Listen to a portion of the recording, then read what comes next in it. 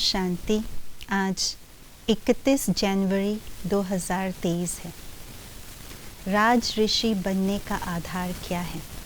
इस ब्राह्मण जीवन में हमें राज्य भी करनी है और ऋषि भी बनी है, तो उसका आधार हम आज के स्लोगन के द्वारा जानेंगे। सुनते हैं आज का स्लोगन।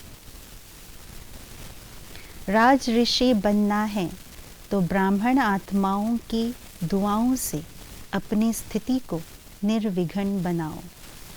राज ऋषि अर्थात राज्य होते हुए और उस राज्य में राजा बन कर के राज्य करते हुए भी ऋषि बनना। ऋषि अर्थात बेहद की वैरागी तपस्वी आत्मा बनना।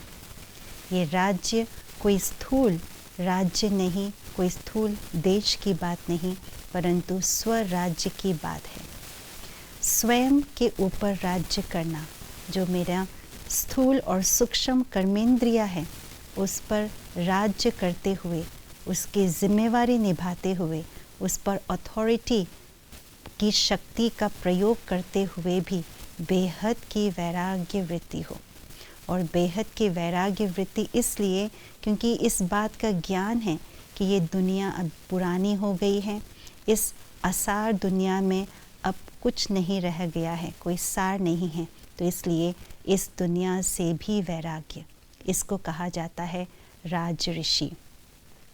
राज ऋषि बहुत श्रेष्ठ कॉम्बिनेशन है, राजा और ऋषि, और ये कॉम्बिनेशन सिर्फ इस संगम युग पर ही प्राप्त होता है बाबा के द्वारा।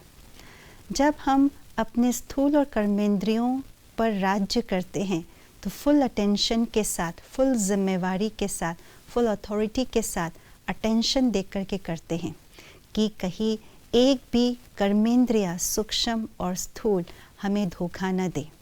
तो इस फुल अटेंशन के लिए हमें चाहिए कि मेरा मन और बुद्धि किसी भी व्यक्ति, वैभव, दुनिया भी कोई चीज़ में लगाव ना हो, झुकाव ना हो। क्योंकि बुद्धि किसी की भी चीज़ में या किसी विशेषता में, किसी व्यक्ति में झुका हुआ होगा तो मेरा अटेंशन राज्य से, मेरे जो स्थूल कर्मेंद्रिय है उससे हट जाएगी। इसीलिए पहले लगाव मुक्त, झुकाव मुक्त बनना होगा, अर्थात ऋषि बनना होगा। जब हम ऋषि बनेंगे तब हम राज्य अधिकारी भी अच्छी तरह से बन पाएंगे, अर्थात राज ऋषि बन पाएंगे।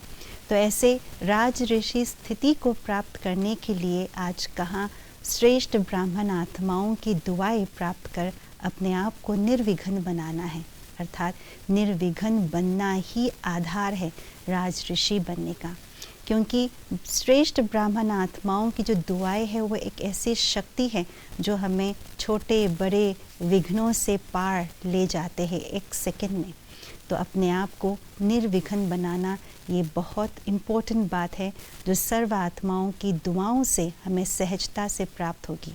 अगर जो आत्मा अपने छोटे मोटे विघ्नों को पार करने में मेहनत लगी रहती है, मेहनत में बिज़ी होते हैं मोहब्बत को छोड़कर, तो ना उसे राजा माना जाएगा, ना तपस्वी आत्मा ऋषि मानी जाएगी।